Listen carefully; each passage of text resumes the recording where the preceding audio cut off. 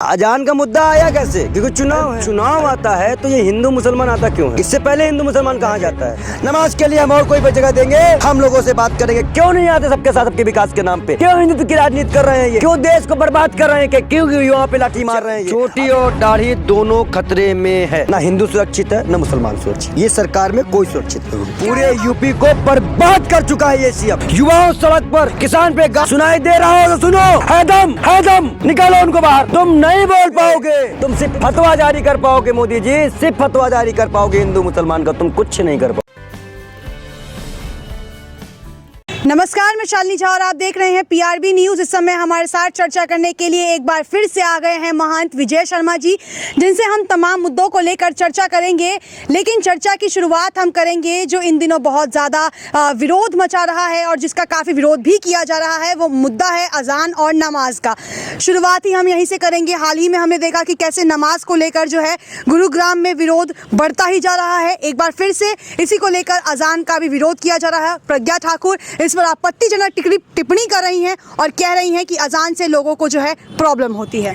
देखिए स्वाति प्रज्ञा जी को पहले तो मैं आप सभी को एक चीज बता दूं कि विकास के नाम पे चुनाव लड़ते लड़ते भाजपा अजान के मुद्दे पे जाती है।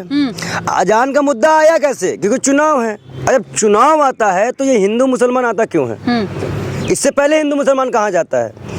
दूसरी बात, स्वाति प्रज्ञा जी से कह दीजिए, उन्होंने भी स्टेटमेंट दिया था कि गौमूत्र पीने से कोरोना नहीं होता है। वो प्रधानमंत्री जी को गौमूत्र नहीं पिला पाई हैं। देखिए साफ सीधी बात है, अंधविश्वासों पर हमें नहीं जीना है, हमें सीधी बात है। हमें स्वाति प्रज्ञा जी को एक बात टूक में बता दूं कि देश को तोड़ने के लिए जाति और धर्म का प्रयोग ना करें।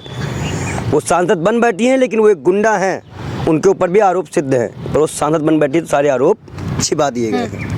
लेकिन जब पहले कपिल मिश्रा सामने आकर ये बयान देते हैं, फिर आके प्रज्ञा ठाकुर ऐसे बयान देती हैं, बार बार ऐसे बयानों का विरोध करने की बजाय लोग उनका साथ दे रहे हैं, हिंदू संगठन उनका साथ दे रहा है, लेकिन उसके खिलाफ बीजेपी कोई कार्रवाई क्यों नहीं कर रही है? देखिए देश के प्रधानमंत्री सबका साथ सबका विकास की बात करते हैं, लेकिन यहाँ पे वो चुप है। सीधा संकेत है कि उत्तर प्रदेश चुनाव है और उत्तर प्रदेश चुनाव में ये हार रहे हैं। स्पष्ट है कि हार जाएंगे। इन चुनाव के वक्त ही हिंदू मुस्लिम क्यों किया जाता है? सवाल ही तो यही है ना। तो काम भी तो हिंदू मुसलमान के लिए किया गया है ना। सारा टॉपिक तो हिंदू मुसलमान ही है, सारा टॉपिक इनका हिंदू मुसलमान भी अटकता है। क्यों? क्योंकि उत्तर प्रदेश की राजनीति कहीं ना कहीं हिंदू मुसलमान की कितना ही विकास की होनी चाहिए। देश के प्रधानमंत्री को सोचना है कि क्या वो फिर शमशान कब्रिस्तान की बात करेंगे, क्या वो फिर देश की बात करेंगे? वो तोड़ने की राजनीति क्यों करते हैं? क्यों तोड़ते हैं देश को?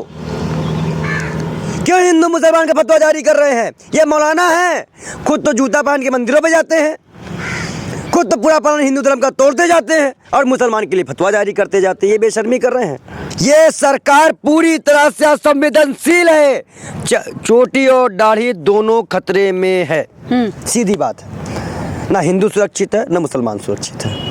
ये सरकार में कोई सुरक्षित नहीं है। आप कह रहे हैं इस सरकार में कोई सुरक्षित नहीं है, लेकिन योगी आदित्यनाथ कहते हैं कि हमारे राज्य में कोई दुखी नहीं है, सब सुखी है, कोई हिंदू मुस्लिम नहीं है, ना हिंदू मुस्लिम की राजनीति की जाती है उत्तर प्रदेश में। अभी 4 ट्वीट किए थे योगी आदित्यनाथ, चारों ट्वीट में हिंदू मुसलमान। अभी किनारा में गए तो फिर हिंदुओं का मुद्दा उठा लिए। कौन नहीं करा? देश के प्रधानमंत्री जब, लेकिन कैराना में तो वो ये कह रहे हैं कि अगर किसी अपराधी ने अपराध किया तो हम उसके खिलाफ कार्रवाई करेंगे, हम किसी को ऐसे नहीं छोड़ेंगे।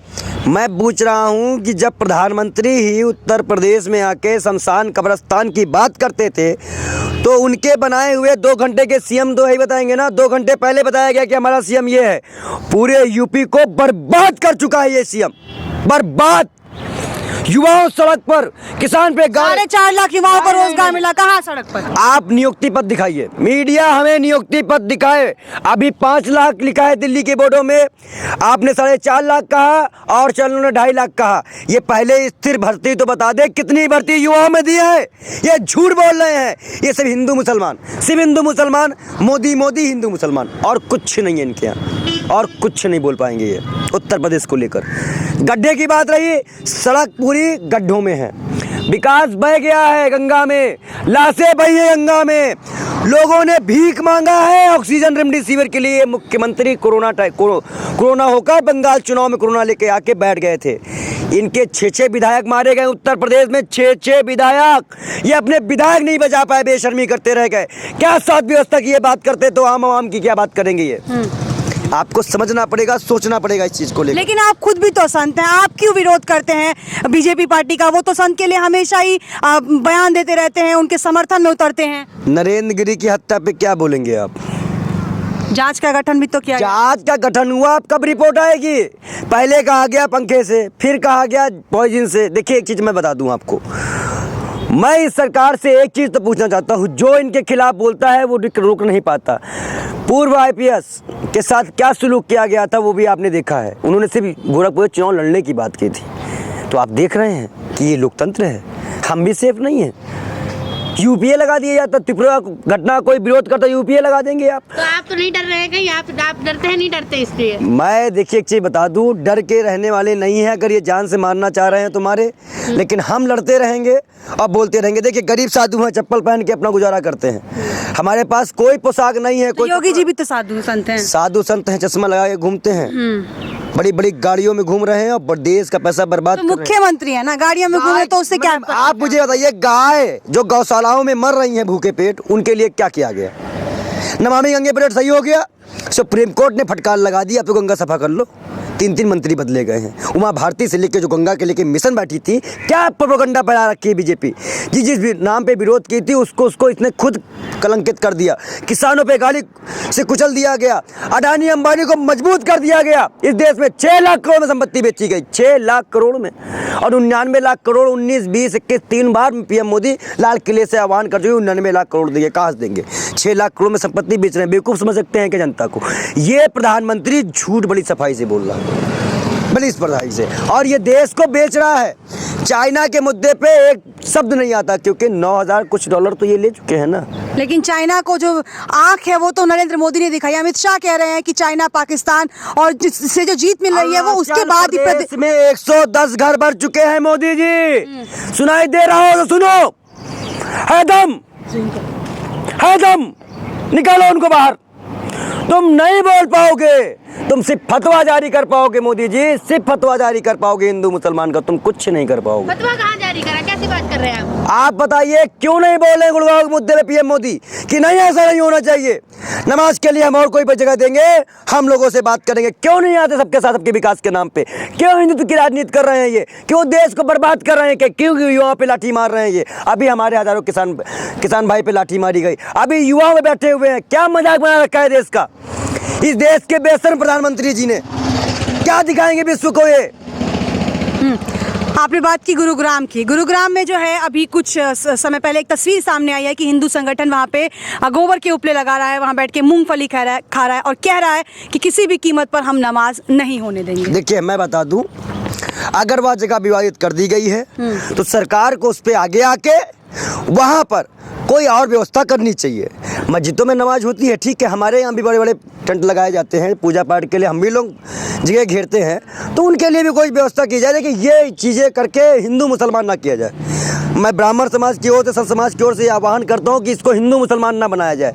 ये तानाशाही सरकार, आप कोरोना में मत भूलिए कि हिंदू मुस्लिम ने एक दूसरे का कितना साथ दिया, एक दूसरे के बचाव के लिए एक दूसरे कंधे पे एक दूसरे की लाश पहुंचाई। लेकिन आज हिंदू संगठन उनके विरोध में क्यों खड़ा हो गया है? ये हिंदू संगठन उनके विरोध में नहीं है, बीजेपी के दलाली खाने वाले हिंदू संगठन। क्या लगता है जो ये विरोध करते हैं, ये भाजपा खुद आगे करती है इनको? भाजपा तो गुंडे बुलवाती है। बंगाल में क्या भीड़ आई थी?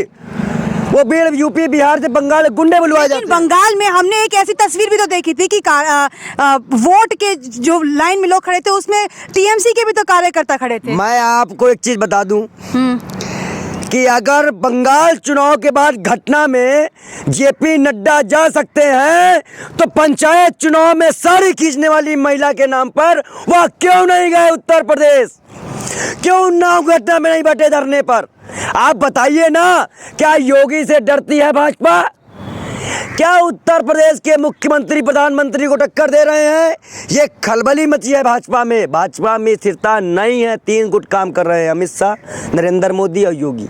संघ पूरी तरह से योगी को प्रधानमंत्री की पोस्ट में बैठा चुका है। एक तरफ मुस्लिम संगठन ये कह रहा है कि प्रशासन ने जो 19 मस्जिदों को वक्फ के अंडर जो मस्जिद है 19 मस्जिद उन्हें खोल दिया जाए। गुरुग्राम में 5 से 6 लाख आबादी है मुस्लिमों की, अगर वहाँ पे सिर्फ 12 मस्जिद है तो अगर नमाज में भीड़ इकट्ठा हो रही है तो इसका विरोध क्यों किया जा रहा है? वहाँ तो केवल 12 मस्जिदें तत्काल में खोल देनी चाहिए। किसी के धार्मिक स्थल को बंद करना मूल अधिकार का हनन है, धर्मनिरपेक्ष राष्ट्र है। और अगर भाजपा ने कुछ भी ऐसा वैसा किया या हिंदू मुसलमान हुआ तो ये जान लीजिए जो गोलियां और लाठियां चलेंगी वो किसी की भी पूछ के नाम पे नहीं चलेंगी, उसमें सब मारे जाएंगे। मैं साफ सीधी बात कर रहा हूँ, वहाँ की जनता पूरी तरह समझ ले ये आपको और हमको जान से मारने की साजिश है। बहुत बहुत धन्यवाद। तो ये थे हमारे साथ विजय शर्मा जी, जिन्होंने ये साफ कर दिया है कि बीजेपी केवल चुनाव के वक्त ही हिंदू मुस्लिम करती है, उनके पास चुनाव में कोई और मुद्दे नहीं है, विकास जैसे मुद्दों पर ये बात नहीं करेगी, इसलिए केवल हिंदू और मुस्लिम के मुद्दों को ही वापस लेकर आया जाता है चुनाव के वक्त पे। आप देखते रहें PRB न्यूज़। धन्यवाद।